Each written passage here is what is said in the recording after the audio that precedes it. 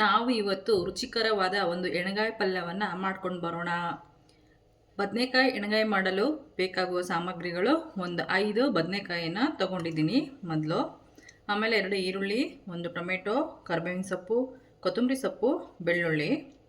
ಒಗ್ಗರಣೆಗೆ ಸ್ವಲ್ಪ ಎಣ್ಣೆ, ಆಮೇಲೆ ಸಾಸಿವೆ, ಜೀರಿಗೆ, ಉಪ್ಪು, ಆಮೇಲೆ ಅಚ್ಚಕಾರದ ಪೌಡರ್, ಗರಂ ಮಸಾಲ ಪೌಡರ್, ಅರಿಶಿಣದ ಪೌಡರ್, ಎಳ್ಳನ್ನು ಹುರಿದುಬಿಟ್ಟು ಪೌಡ್ರ್ ಮಾಡಿ ಎತ್ತಿಟ್ಕೊಂಡಿರೋದು.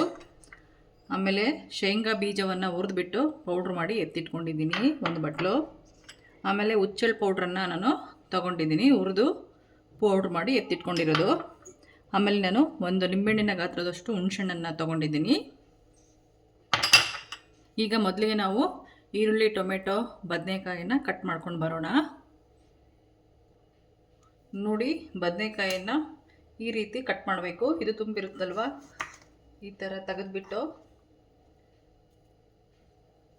ಇದನ್ನು 4 ಭಾಗವಾಗಿ ಮಾಡ್ಕೊಳ್ಳೋಣ. ಇದನ್ನು ಉಪ್ಪಿನ ನೀರಿಗೆ ನಾನು ಹಾಕ್ತಾ ಇದ್ದೀನಿ ಹೆಚ್ಚಿಬಿಟ್ಟು. ಬದನೆಕಾಯಿ ಇಲ್ಲಾಂದರೆ ಬ್ಲ್ಯಾಕ್ ಆಗಿಬಿಡುತ್ತೆ. ಉಪ್ಪಿನ ನೀರಿಗೆ ಹಾಕಬೇಕು. ನೋಡಿ, ಈ ಥರ 4 ಹೋಳ ಭಾಗಗಳಾಗಿ ಮಾಡೋಣ.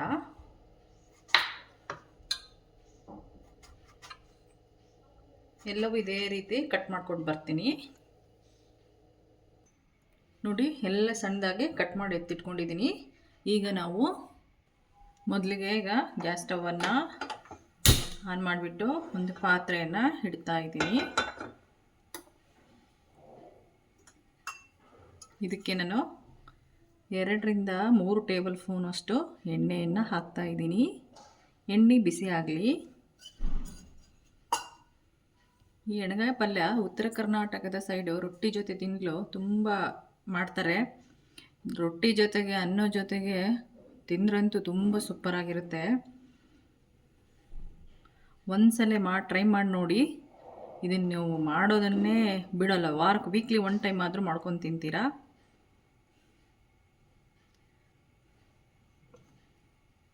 ಯಾರೆಲ್ಲೋ ವಿಡಿಯೋನ ಹಾಗೆ ನೋಡ್ತಿದ್ದಾರೆ ಸಬ್ಸ್ಕ್ರೈಬ್ ಮಾಡ್ಕೊಳ್ಳಿ, ಲೈಕ್ ಮಾಡಿ, ಶೇರ್ ಮಾಡಿ. ಇಷ್ಟ ಆದರೆ ಕಮೆಂಟ್ ಕೂಡ ಮಾಡಿ. ನೋಡಿ, ಮೊದಲಿಗೆ ಎಣ್ಣೆ ಬಿಸಿಯಾಗಿದೆ. ನಾನು ಸಾಸಿವೆ, ಜೀರಿಗೆಯನ್ನು ಹಾಕ್ತಾ ಇದ್ದೀನಿ.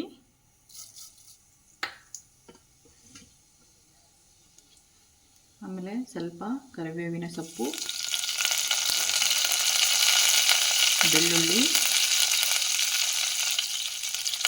ಬೆಳ್ಳುಳ್ಳಿನ ಜಜ್ಜಿಬಿಟ್ಟು ಹಾಕ್ತಾ ಇದ್ದೀನಿ.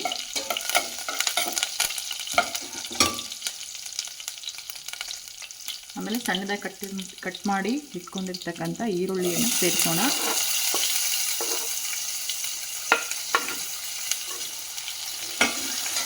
ಸ್ವಲ್ಪ ಬಾಡಿಸೋಣ.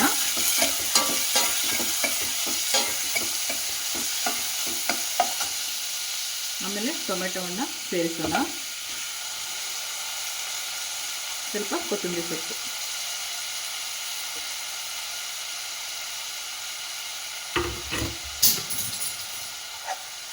ಚೆನ್ನಾಗಿ ಮಿಕ್ಸ್ ಮಾಡೋಣ. ಇದೇ ಟೈಮಲ್ಲಿ ನಾನು ಅರಿಶಿಣದ ಪೌಡ್ರನ್ನು ಹಾಕ್ತಾ ಇದ್ದೀನಿ. 1.5 ಟೇಬಲ್ ಸ್ಪೂನ್ ಅಷ್ಟಿದೆ ಇದು.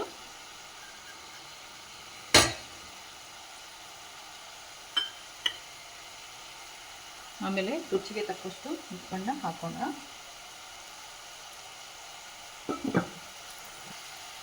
ಉಪ್ಪನ್ನು ಸೇರಿಸ್ತಾ ಇದ್ದೀನಿ. ಆಮೇಲೆ ಅಚ್ಚಕಾರದ ಪೌಡರ್, ಆಮೇಲೆ ಗರಂ ಮಸಾಲ ಪೌಡರನ್ನು ಕೂಡ ಸೇರಿಸ್ತಾ ಇದ್ದೀನಿ. ಈಗ ಚೆನ್ನಾಗಿ ಮಿಕ್ಸ್ ಮಾಡ್ಕೊಂಬಿಡೋಣ.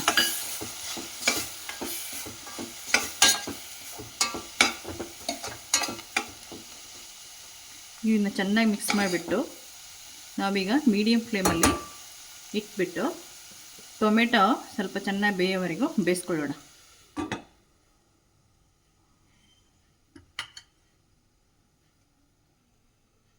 ನೋಡಿ, ಈಗ ನೀರು ಬಿಡ್ತಾ ಇದೆ ಟೊಮೆಟೊ. ಆ ಟೈಮಲ್ಲಿ ನಾವೇನು ಮಾಡಬೇಕಂದ್ರೆ ಹುರಿದು ಎತ್ತಿಟ್ಟಿರ್ತಕ್ಕಂಥ ನಾವು ಶೇಂಗಾ ಪೌಡ್ರನ್ನು ಸೇರಿಸೋಣ. ನಿಮಗೆ ರಸ ಜಾಸ್ತಿ ಬೇಕಪ್ಪ, ರೊಟ್ಟಿಗೂ ಬೇಕು, ಅನ್ನಕ್ಕೂ ಬೇಕು ಅಂದರೆ ನೀವು ರಸ ಜಾಸ್ತಿ ಬೇಕಂದರೆ ಜಾಸ್ತಿ ಪೀನಟ್ ಪೌಡ್ರ್ ಹಾಕ್ಕೊಳ್ಳಿ, ಶೇಂಗಾ ಪೌಡ್ರು. ಆಮೇಲೆ ಹುಚ್ಚೆಳ್ಳು ಪೌಡ್ರನ್ನ ಇದನ್ನ ಹಾಕೋಣ, ಎಳ್ಳನ್ನು ಹಾಕೋಣ, ಎಳ್ಳು ಪೌಡ್ರು. ಆಮೇಲೆ ಹುಚ್ಚೆಳ್ಳು ಪೌಡ್ರನ್ನ ಸೇರಿಸ್ಬಿಟ್ಟು ನಾನಿನ್ನು ಚೆನ್ನಾಗಿ ಮಿಕ್ಸ್ ಮಾಡ್ತೀನಿ.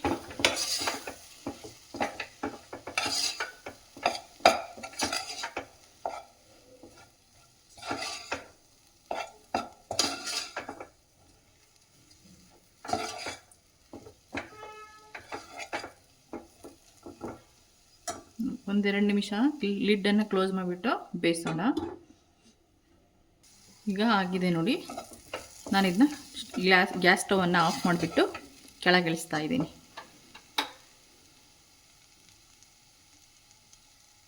ನೋಡಿ ಈಗ ಕೆಳಗಿಳಿಸಿದ್ದೀನಿ ಮಸಾಲವನ್ನು. ಇದನ್ನು ನಾವೀಗ ಫಿಲ್ಲಿಂಗ್ ಮಾಡೋಣ. ಬದನೆಕಾಯಿ ಒಳಗಡೆಗೆ ಈ ಥರ ತೊಗೊಂಡ್ಬಿಟ್ಬಿಟ್ಟು ಬಿಸಿ ಇರುತ್ತೆ, ಅದರಿಂದ ಒಂದು ಸ್ಪೂನ್ ತೊಗೊಂಡ್ಬಿಟ್ಟು ಈ ಥರ ಒಳಗಡೆಗೆ ಹಾಕಿಬಿಟ್ಟು ಫಿಲ್ ಮಾಡೋಣ. ಈ ಥರ ಫಿಲ್ ಮಾಡ್ಕೊಳ್ಳೋಣ.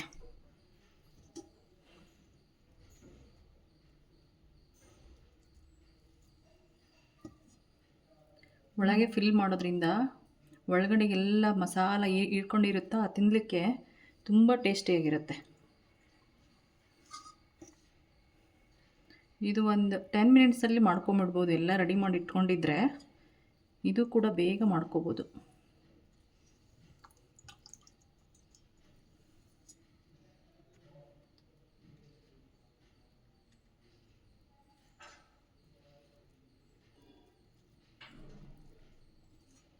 ಇದೇ ರೀತಿನೂ ಮೆಣಸಿನ್ಕಾಯಿದು ಮಾಡ್ಕೋಬೋದು. ಬೇಡಿಗೆ ಮೆಣಸಿನ್ಕಾಯಿ ಬರುತ್ತಲ್ವ, ಇದೇ ರೀತಿನೂ ಅದು ಕೂಡ ಸೇಮ್ ಮೆಣಸಿನ್ಕಾಯಿನ ಕೊರೆದ್ಬಿಟ್ಟು ಅದರೊಳಗೆ ತುಂಬಿಬಿಟ್ಟು ಮಾಡ್ಕೋಬೋದು. ನೋಡಿ ಈ ಥರ ಫಿಲ್ ಆಯ್ತು. ಹೌದಾ? ಇದಕ್ಕೆ ನಾನು ನೀರನ್ನು ಹಾಕಿಬಿಟ್ಟು ಮಿಕ್ಸ್ ಮಾಡ್ತೀನಿ. ಎಷ್ಟು ಬೇಕೋ ಅಷ್ಟು, ನಿಮಗೆ ಎಷ್ಟು ಬೇಕೋ ಅಷ್ಟು ನೋಡ್ಕೊಳ್ಳಿ ರಸ. ಆ ಥರ ನೀರನ್ನು ಮಿಕ್ಸ್ ಮಾಡಿಬಿಡಿ.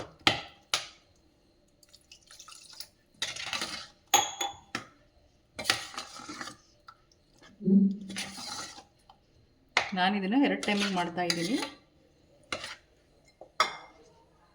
ಸ್ವಲ್ಪ ನೀರು ಹಾಕ್ಕೊಂಡ್ಬಿಟ್ಟು ಆಮೇಲೆ ಬೆಂದಮೇಲೆ ಇದು ಗಟ್ಟಿ ಆಗುತ್ತೆ. ಸ್ವಲ್ಪ ಈಗ ನೀರು ಹಾಕ್ಕೊಂಡು ಮಿಕ್ಸ್ ಮಾಡ್ಕೊಳ್ಳಿ. ನೋಡಿ ಈ ಥರ ಮಿಕ್ಸ್ ಆಯಿತಲ್ವಾ? ಈಗ ನಾನು ಗ್ಯಾಸ್ ಸ್ಟವನ್ನು ಆನ್ ಮಾಡಿಬಿಟ್ಟು ಪಾತ್ರೆ ಇಡ್ತೀನಿ.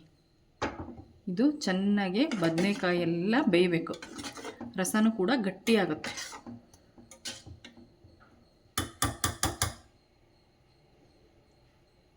ಈ ಟೈಮಲ್ಲಿ ನಾನು ಇದಕ್ಕೆ ಒಂದು ಸ್ವಲ್ಪ ಹುಣಸೆ ರಸವನ್ನು ಕೂಡ ಹಾಕ್ತೀನಿ. ಸ್ವಲ್ಪ ಹಾಕ್ಕೊಳ್ಳಿ. ಟೊಮೆಟೊ ಹಾಕಿರೋದ್ರಿಂದ ಹುಳಿ ಬಂದಿರುತ್ತೆ, ಆದರೆ ಇದು ಒಂಥರ ಟೇಸ್ಟೇ ಕೊಡುತ್ತೆ. ಹುಣಸೆ ಹಣ್ಣು ಹಾಕೋದ್ರಿಂದ ಒಂದು ಟೇಸ್ಟೇ ಬೇರೆ. ಸ್ವಲ್ಪ ಹುಣಸೆ ಹಣ್ಣು ಹಾಕಿದ್ದೀನಿ. ಆಮೇಲೆ ಸ್ವಲ್ಪ ಬೆಲ್ಲ ಹಾಕ್ಕೊಳ್ಳೋಣ. ಯಾವುದೇ ಪದಾರ್ಥಕ್ಕಾಗಲಿ ಸ್ವಲ್ಪ ಹುಣಸೆಹಣ್ಣು ಸ್ವಲ್ಪ ಬೆಲ್ಲ ಹಾಕಿದರೆ ಅದರ ಟೇಸ್ಟೇ ಬೇರೆ ಆಗಿರುತ್ತೆ, ತುಂಬ ರುಚಿ ಕೊಡುತ್ತೆ. ನೋಡಿ ಸ್ವಲ್ಪ ಬೆಲ್ಲ ಹಾಕ್ತಾಯಿದ್ದೀನಿ.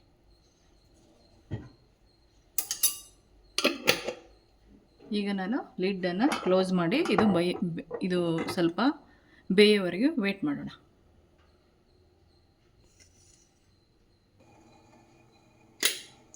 ನೋಡಿ ಈ ಟೈಮಲ್ಲಿ ನಾವು ಇದನ್ನು ಮುಗಿಸ್ತಾ ಇರಬೇಕು, ಇಲ್ಲಾಂದರೆ ತಳ್ಳೆ ಹಿಡಿದು ಬಿಡುತ್ತೆ. ಒಂದ್ಸಲ ಇದನ್ನು ಕೈ ಆಡಿಸ್ಬಿಡಿ, ಮತ್ತೆ ಲಿಡ್ ಕ್ಲೋಸ್ ಮಾಡಿ ಬೇಯಲು ಬಿಡೋಣ. ಈಗ ಲಿಡ್ಡನ್ನು ಓಪನ್ ಮಾಡಿ ನೋಡೋಣ. ನೋಡಿ ಯಾವ ಥರ ಎಣ್ಣೆ ಬಿಟ್ಕೊಳ್ತಾ ಇದೆ ಶೇಂಗಾ ಪೌಡ್ರು. ನೋಡಿ ಆ ಥರ ಎಣ್ಣೆ ಬಿಟ್ಕೊಂಡಿದೆ. ಈಗ ಎಣ್ಣೆಗಾಯಿಯನ್ನು ಬೆಂದಿದೆ ಇಲ್ವ ಅಂತ ಚೆಕ್ ಮಾಡೋಣ. ನೋಡಿ ಯಾವ ಥರ ನೀರಿದ್ದು ಗಟ್ಟಿಯಾಗಿದೆ ರಸ. ನೋಡಿ ಒಂದು ತೊಗೊಂಡ್ಬಿಟ್ಟು ಕೈಯಿಂದ ಪ್ರೆಸ್ ಮಾಡಿ ನೋಡಿ ಯಾವ ಥರ ಬೆಂದಿದೆ. ಈಗ ಎಣ್ಣೆಗಾಯಿ ಪಲ್ಯ ಬದನೆಕಾಯಿ ಎಣ್ಣೆಗಾಯಿ ರೆಡಿಯಾಗಿದೆ. ಈಗ ನಾನು ಸ್ಟವನ್ನು ಆಫ್ ಮಾಡಿಬಿಡ್ತೀನಿ. ಈಗ ನೋಡಿ ಬದನೆಕಾಯಿ ಎಣ್ಣೆಗಾಯಿ ರೆಡಿಯಾಗಿದೆ. ಇದು ರೊಟ್ಟಿ ಚಪಾತಿ ಜೊತೆಗೆ ಎಲ್ಲ, ಇದು ಅನ್ನ ತುಪ್ಪ ಜೊತೆಗಿಂದು ತುಂಬ ಚೆನ್ನಾಗಿರುತ್ತೆ. ಈ ವಿಡಿಯೋನ ಯಾರೆಲ್ಲೋ ಹಾಗೆ ನೋಡ್ತಾ ಇದ್ದೀರೋ ಸಬ್ಸ್ಕ್ರೈಬ್ ಮಾಡ್ಕೊಳ್ಳಿ. ಕಮೆಂಟ್ ಮಾಡಿ, ಸಪೋರ್ಟ್ ಮಾಡಿ. ಮುಂದಿನ ವಿಡಿಯೋಗಳಲ್ಲಿ ಸಿಗೋಣ.